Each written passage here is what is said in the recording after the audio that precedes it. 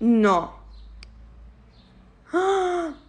No, ahora en serio, no pretendo hacerlo todo perfecto. Sé que no lo hago todo perfecto y de hecho es mucho menos saludable pretender hacerlo todo perfecto, que es irreal. Por supuesto que el filete de carnicería ecológico, bio, que te vale 17 pavos el filete, puede que sea mucho más interesante que una pechuga de pavo procesada del supermercado, sí. Y cuando digo que siempre podemos hacerlo un poquito mejor, para mí, lo que estoy haciendo ahora es hacerlo un poquito mejor que lo que hacía antes, que era obsesionarme con absolutamente todas las etiquetas, todos los alimentos, todo lo que lleva cada cosa. Le echaba la culpa al alimento que me ha sentado mal y creo que no era exactamente eso lo que me estaba sentando mal. Queremos mejorar nuestro estilo de vida, por supuesto, todas. Cada cosita que mejores ya es un paso.